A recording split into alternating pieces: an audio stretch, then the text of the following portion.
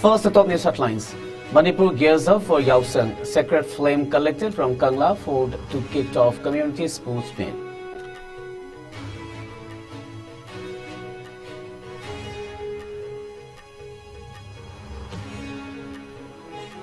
Freight truck overturned in Kangpokpi amid security presence, raising concerns over law and order.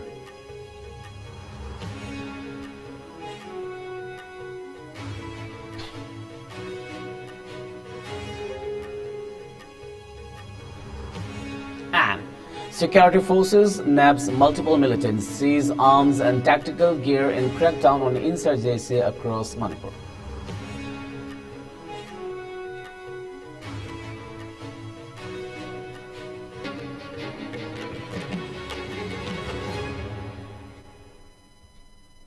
A very good evening. You're watching IS English News. This is Suraj Kongban Tabam giving you the news. IS News wishes all the viewers a very happy Yaosang. Now the news in detail. As a 5-day-long Yaosang festival begins today, preparations are in full swing across Manipur for the annual sports meets organized by local clubs. The festival, which falls together with Holi, is marked by vibrant celebrations, community bonding and sports events. This morning, Imphal witnessed a large gathering at Kangla Fort, where hundreds of people, led by various local clubs, assembled to collect the sacred flame. The historic site was crowded as devotees and sports enthusiasts alike carried the flame back to their respective localities to inaugurate the much-anticipated sports competitions. The tradition of lighting the sacred flame from Kangla has remained a significant part of Yaosang, symbolizing the festival's spirit of unity and enthusiasm. With sports playing a crucial role in the celebrations, local clubs and youth groups are actively preparing to engage in friendly competitions, reinforcing the community-driven essence of the festival.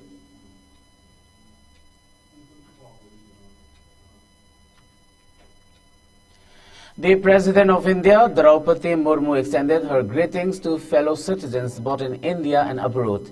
In her message, she conveyed her warm wishes and highlighted the significance of Holi as a festival that brings happiness and enthusiasm. She emphasized that Holi nurtures the spirit of unity and brotherhood and represents the values of unity in diversity through its vibrant colors.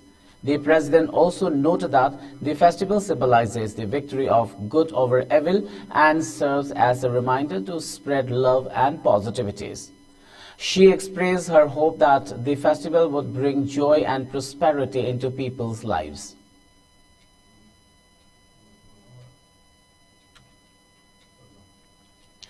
On the joyous occasion of Yaosang, former Chief Minister N. Biren conveyed his heartfelt greetings to the people of Manipur.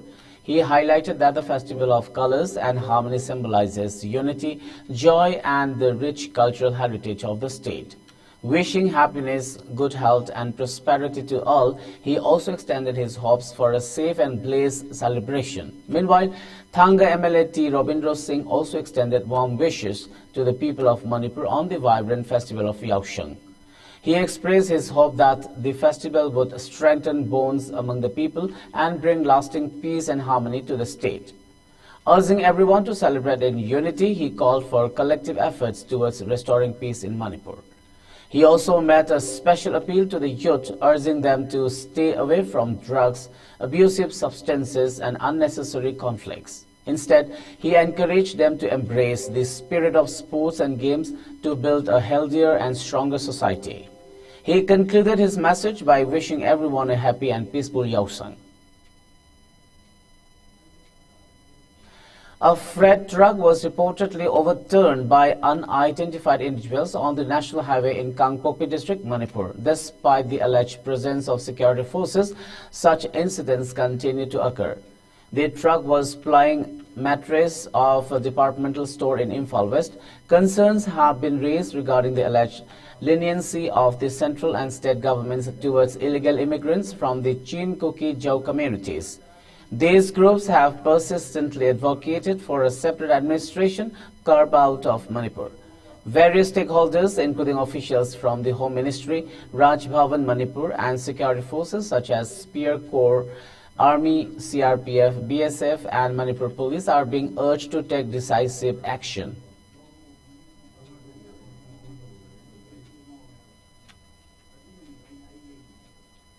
In a decisive crackdown on insurgency and illegal activities, security forces in Manipur launched extensive search operations across vulnerable hill and valley districts, seizing a cache of arms and protective gear. The operations led to the recovery of weapons, ammunition and tactical equipment from multiple locations, while police also apprehended suspected insurgents linked to banned outfits involved in extortion and illegal fundraising.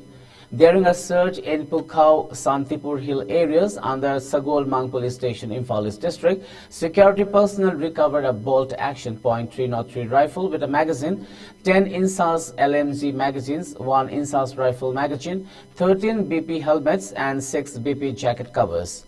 Another operation in Sanasabi and parts of Thamna Pokpi under Yangang Pokpi Police Station in Imphal East yielded additional tactical gear, including 4 BP plates, 2 helmets, an ammunition box, a BP jacket, and various camouflage clothing items.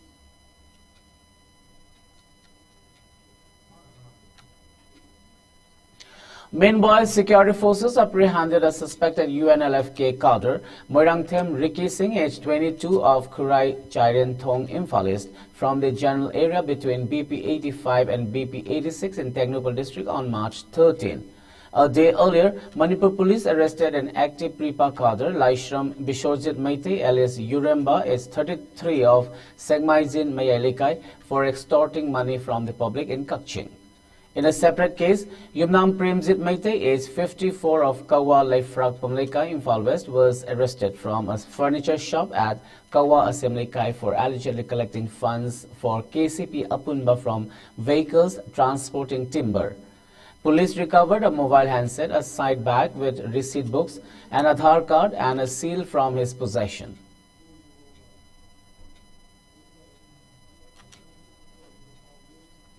Manipur police have also arrested a woman suspected to be an active cadre of the proscribed People's Liberation Army PLA from her residence under Lamphel Police Station in Imphal West District. According to police, a pistol along with a magazine, 18 9mm live rounds and 15.38 live rounds were recovered from her possession. Additionally, officials seized 5,000 rupees in cash, 2 Jio SIM cards, 3 Airtel 5G Plus SIM cards, and 6 mobile phones of different brands with multiple SIM cards. Further investigation is underway to ascertain her activities and possible links.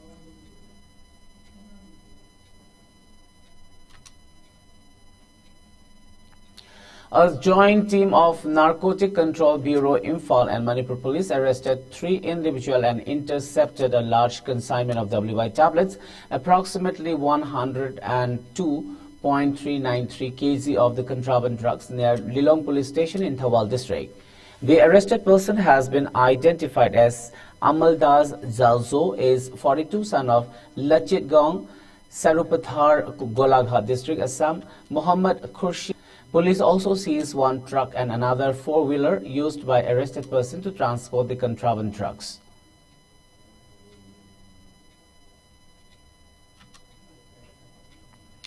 The 3rd state-level folk Khunung Isai competition organized by Pungdongbam Youth Physical Club PYPC was held today at the community hall of Pungdongbam Awanglekai of Lamlai in Imphal East. Altogether, 73 students from different villages of the area took part in the competition, in which the competition was held in 2 categories for children and adult that showcase variety of folk songs, dances, among others. According to PYPC Assistant Secretary L. Joy Chandramaite, the event is being organized to promote the unique art and culture which is known as recognized all over the world. However, this unique art and culture has seems to be dwindling with passing days. An event like this will safeguard.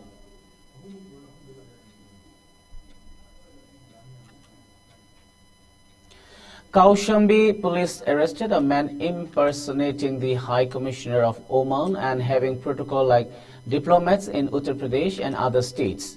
The man has been identified as Krishna Sekhar Rana, age 66, a resident of Amar Colony in Delhi. Rana has been booked under relevant sections of the Bharatiya Nyaya Sanhita. Rana was posing himself as a diplomat by creating fake documents to gain undue gain. A Mercedes car, one identity card and 46 visiting cards were recovered from his possession at the time of his arrest from Uttar Pradesh gate in Ghaziabad. During interrogation, the accused said he was getting VIP security according to police. The police have confirmed his credentials from the Oman embassy. According to DCP Patil, Rana was a professor of zoology at Agra. He also owns Krishna College of Science and Technology in Agra and a resort in Rajasthan. After retirement, the accused was the appraisal authority in the Union Environment Ministry from 2015 to 2018, where his job was to give environmental clearances.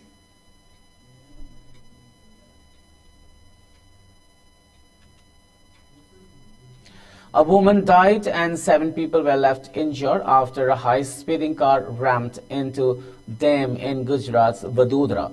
The incident took place in the Kareli Bagh area where a car driver drove rashly and hit several vehicles. According to Vadodara police, a woman died in the accident and at least 4 to 5 people were injured. Police said it was a case of drink and drive. According to the eyewitnesses, the car took a sharp turn from the front mode, after which many people got cautious and escaped. But the four-wheeler hit several vehicles, killing one on the spot. The police have caught the driver and another youth who was present inside the four-wheeler. It is suspected that the speed of the car was more than 100 km per hour. The accident was captured on CCTV of the nearby Amrapali complex. The driver has been identified as Rakshit Raviz Chaurasia, a resident of Varanasi studying law in MS University of Vadodara.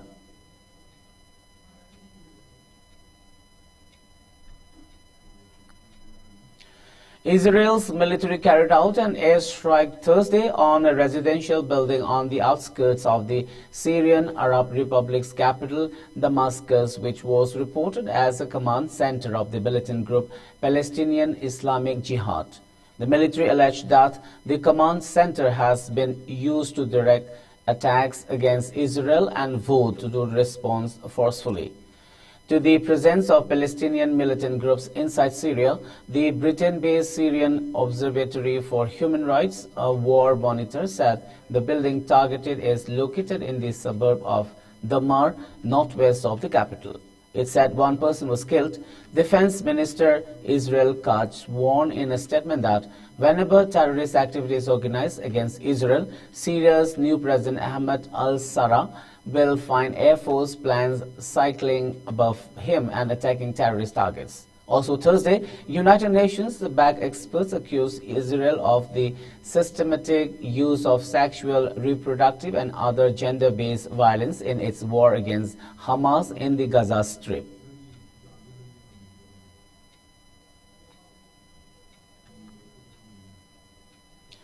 Russian President Vladimir Putin has expressed conditional support for a proposed 30-day ceasefire in Ukraine, but insisted that key issues need to be addressed before an agreement is reached. Speaking at a press conference in Moscow, he stated that while the idea of a temporary truce was right in principle, it must lead to a lasting resolution and eliminate the root causes of the ongoing conflict. Putin specifically pointed to the situation in Russia's Kursk region, which saw military incursions by Ukrainian forces last year. He claimed that Russian troops had regained full control of the area and that Ukrainian soldiers there had been isolated. According to him, their remaining options were to either surrender or die. This ceasefire proposal, which Ukraine agreed to earlier this week after discussions with the US, has been met with skepticism in Moscow. Putin suggested that further negotiations with Washington would be necessary, hinting at a possible call with former US President Donald Trump to discuss the matter. Meanwhile, Ukrainian President Volodymyr Zelensky dismissed Putin's response as manipulative and urged the international community to impose additional sanctions on Russia. In a coordinated move, the US announced new sanctions targeting Russia's oil, gas and banking sectors.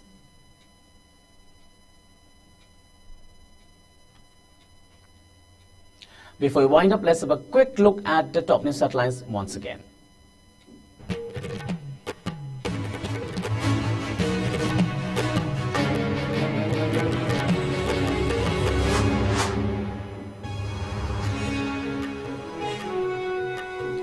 Manipur gears up for Yausang. Sacred flame collected from Kangla Fort to kicked off community sports meet.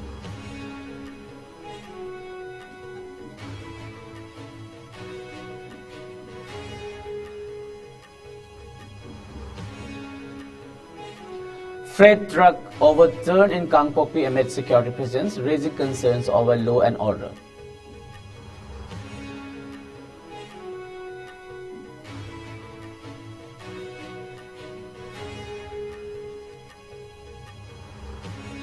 And security forces nabbed multiple militants, seize arms and tactical gear in crackdown on insurgency across Manipur.